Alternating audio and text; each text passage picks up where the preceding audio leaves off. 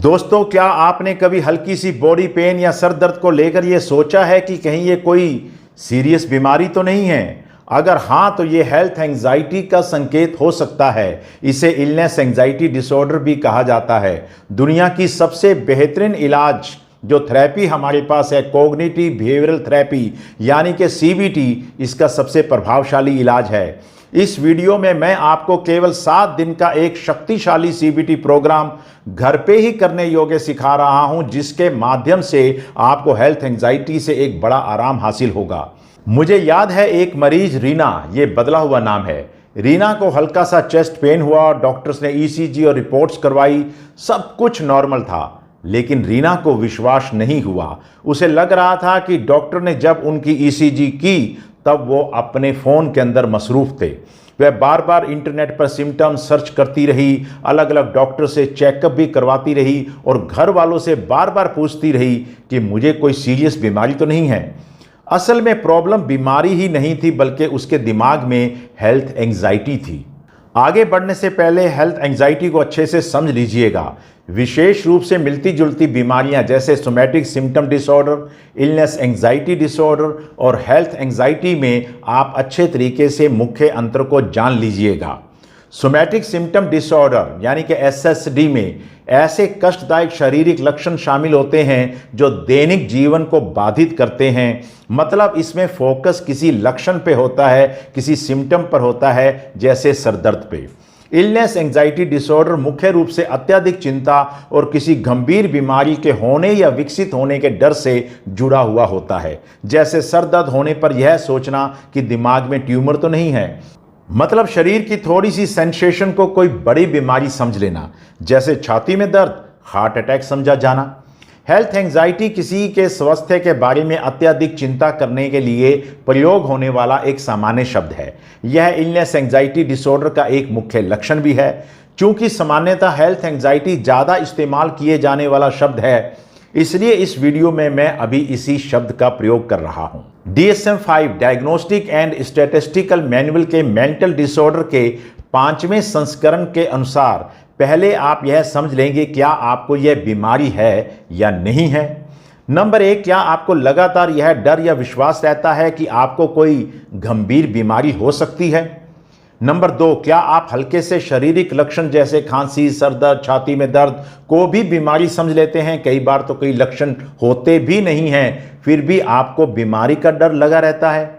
Number 3, क्या आप बार बार excessive health related behaviour करते हैं, जैसे बार बार चेक करवाना, गूगल करना, इसे साइबरकॉन्ड्रिया भी कहा जाता है, डॉक्टर से बार बार कंसल्ट करना, बार बार डॉक्टर बदलना, किसी पर पूरा भरोसा ना करना। या आप अवॉइडेंस बिहेवियर करते हैं, जैसे डॉक्टर, अस्पताल, मेडिकल टेस्ट से आप बचने का प्रयास करते हैं क्योंकि आपको डर है कि आपकी बीमारी कहीं कन्फर्म ना हो जाए। नंबर 4, क्या आप हेल्थ से जुड़ी हुई चिंता आप में लगातार बनी रहती है। नंबर 5, क्या आप में पिछले 6 महीने से सिम्टम्स बने हुए हैं। हालांकि स्पेसिफिक इलनेस फोकस बदल सकता है, कभी हार्ट डिजीज का डर आ सकता है, कभी कैंसर का डर आ सकता है, कभी HIV का डर आ सकता है। नंबर 6, क्या आप में ये लक्षण किसी और मेंटल डिसऑर्डर जैसे somatic symptom disorder, generalized anxiety disorder, OCD, panic disorder या किसी दवाई के कारण तो पैदा नहीं हो रहे हैं। नंबर 7, क्या आपकी लाइफ डिस्टर्ब हो रही है, आप काम पे ध्यान नहीं दे पा रहे हैं, फैमिली रिलेशंस में स्ट्रेस बढ़ता जा रहा है और दिन रात आपके मन में डर बना रहता है। अगर आपको यह सब हो रहा है तो यह इलनेस एंजाइटी डिसऑर्डर है। मैं आपको बड़ी आसान भाषा में 7 दिनों का CBT प्रोग्राम सिखा रहा हूं, जिसे आप घर पे ही कर सकते हैं और इससे आपको हेल्थ एंजाइटी से एक बड़ा आराम मिल जाएगा। तो शुरुआत करते हैं डे 1 से, अवेयरनेस एंड थॉट रिकॉर्ड। जब भी हेल्थ रिलेटेड डर उठे उसे नोटबुक या मोबाइल नोट्स में लिख लीजिएगा। फॉर्मेट ये बनाना है कि सबसे पहले सिम्टम क्या आया, फिर आपके दिमाग में ऑटोमेटिक थॉट क्या आया, फिर आपके मन में फीलिंग क्या आई और फिर आपने रिएक्शन क्या किया। दिन के अंत में आपने इसे पढ़ना है और देखना है कितनी बार सीरियस इलनेस वाला पैटर्न दोहराया गया। पहले दिन यह भी देखना है कि आपका दिमाग किन कॉग्निटिव डिस्टॉर्शंस को इस्तेमाल कर रहा है। यहाँ पर मैं 5 सबसे कॉमन डिस्टॉर्शंस को बता रहा हूँ। नंबर 1, जरा सा भी हल्का सा लक्षण आया सीधा गंभीर बीमारी को मान लेना। एग्जाम्पल, जैसे आपके गले में थोड़ी सी खराश आई तो ये समझ लेना कि कहीं ये कैंसर ना हो। नंबर 2, सेलेक्टिव अटेंशन फिल्टरिंग, यानी नेगेटिव पर ज़्यादा फोकस करना, शरीर की सामान्य सेंसेशंस को भी पकड़ लेना। एग्जाम्पल के लिए, सारा दिन ठीक था लेकिन एक बार सीने में चुभन मतलब हार्ट की प्रॉब्लम हो सकती है। नंबर 3, ऑल और नथिंग थिंकिंग, यानी कि काले और सफ़ेद की सोच। हेल्थ को एक्सट्रीम टर्म्स में देखना, या तो मैं पूरी तरीके से हेल्दी हूं या मुझे कोई बड़ी बीमारी है। बीच का रास्ता यानी माइनर इलनेस, नॉर्मल चेंजेस को आप कंसीडर ही नहीं करते हैं। नंबर 4, ओवर जनरलाइजेशन, एक घटना से पूरा एक जनरल रूल बना लेना और उसे पूरे पे लागू कर देना। एक बार बीमार होने पर मान लेना कि हमेशा सीरियस इलनेस रहेगी। एग्जाम्पल के लिए, पिछले साल मुझे इन्फेक्शन हुई थी, वह सारे शरीर में फैल सकती है। Number 5, miss interpretation of bodily sensation, normal को एबनॉर्मल मान लेना। नॉर्मल सेंसेशन, थकान, धड़कन तेज होना, हल्का सर दर्द को, इनको भी खतरे का सिग्नल समझना। एग्जाम्पल के लिए, मेरे हाथ कांपते हैं, मुझे कोई न्यूरोलॉजिकल डिसऑर्डर हो सकता है या पार्किंसन डिजीज हो सकती है। सीबीटी में इन्हीं डिस्टोर्शंस को पकड़कर चैलेंज करना और रियलिस्टिक सोच डेवलप करना सबसे इफेक्टिव स्ट्रेटेजी मानी जाती है। अभी मैंने कॉग्निटिव डिस्टोर्शंस के बारे में बात की है, आपने उनको अच्छे तरीके से समझ लेना है और आपने देखना है कि उनमें से कौन सी कॉग्निटिव डिस्टोर्शन का आप इस्तेमाल कर रहे हैं। अब हम बढ़ते हैं दिन 2 की तरफ। इसमें हम बात करते हैं चैलेंजिंग थॉट्स की। कल जो आपने नोट्स लिखे थे उनमें से 2-3 थॉट को चुन लेना है। हर थॉट पर सवाल करें, सबूत क्या है, क्या इसके कोई कॉमन कारण भी हो सकते हैं। अगर मेरा दोस्त यही सोचता तो मैं उसे क्या कहता। इसी प्रकार से आप अल्टरनेटिव बैलेंस थॉट भी लिख सकते हैं।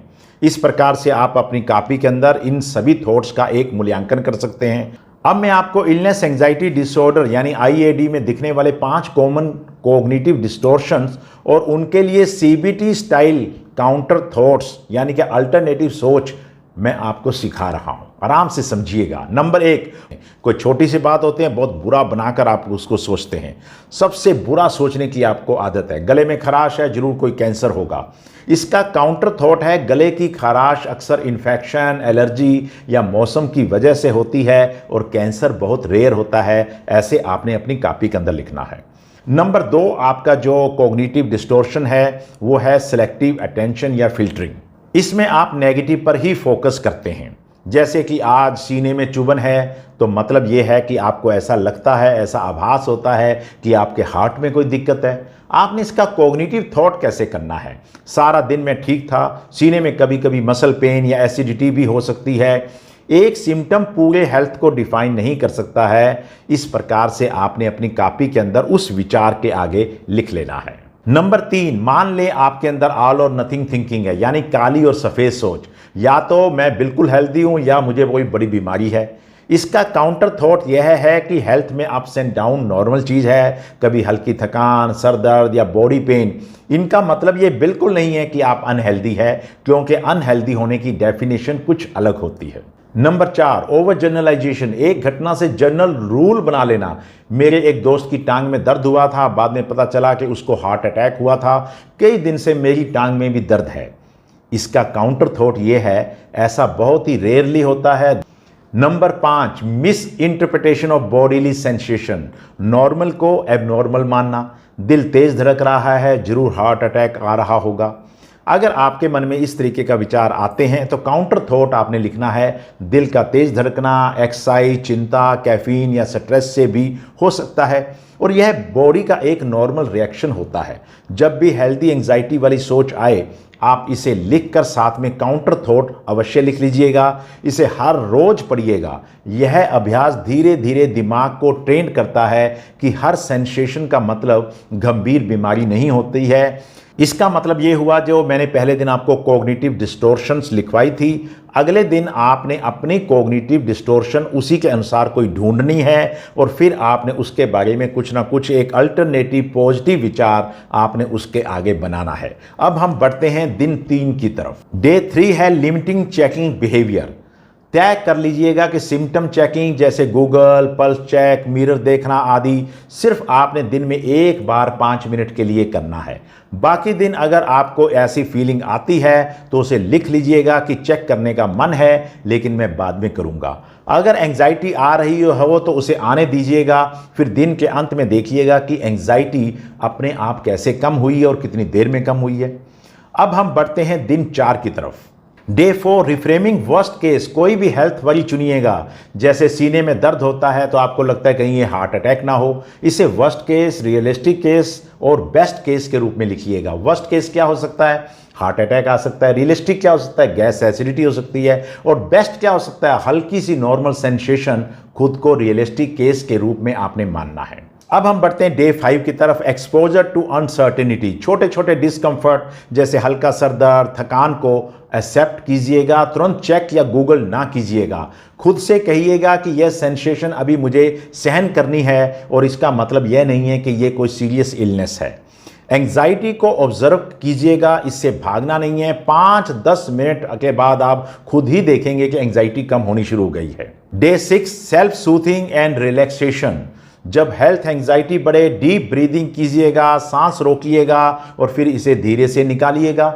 ग्राउंडिंग टेक्निक्स भी कर सकते हैं। 5 चीजें देखनी, 4 चीजें छूनी, 3 आवाजों को सुनना, 2 की गंध लेना और 1 का स्वाद चखना। इससे दिमाग वर्स्ट केस से हटकर प्रेजेंट में आ जाता है। अब हम बढ़ते हैं डे 7 की तरफ। Review and reward. पूरा हफ्ता जो कुछ आपने लिखा है, जो कुछ आपने किया है, उसे नोट करके आपने पढ़ना है और देखना है कि सबसे ज़्यादा एंग्जाइटी और सबसे कम एंग्जाइटी आपको कब हुई, कब कब आप अपनी एंग्जाइटी पे कंट्रोल कर पाए, कितना रिलैक्सेशन टाइम रहा। इस तरीके से आप डिसाइड कीजिएगा कि आपको कौन सी टेक्निक सबसे ज़्यादा फायदेमंद सिद्ध हो रही है और किससे आपको सबसे ज़्यादा आराम मिल रहा है। और इस तरीके से 7वें दिन आप अपने पूरी बीमारी के पैटर्न को देख पाएंगे कागज़ के हिसाब से कि उसमें होता क्या है। यह प्लान आप हर हफ्ते रिपीट कर सकते हैं और 3-4 हफ्तों में माइंड पैटर्न में एक बड़ा बदलाव दिखाई देना शुरू हो जाएगा। अगर आपको ये वीडियो पसंद आई हो तो इसे लाइक कीजिएगा, शेयर कीजिएगा और मेरे चैनल को सब्सक्राइब अवश्य कीजिएगा। मिलते हैं अगली वीडियो में एक नई समस्या और एक अच्छे से समाधान के साथ। आपका बहुत बहुत धन्यवाद।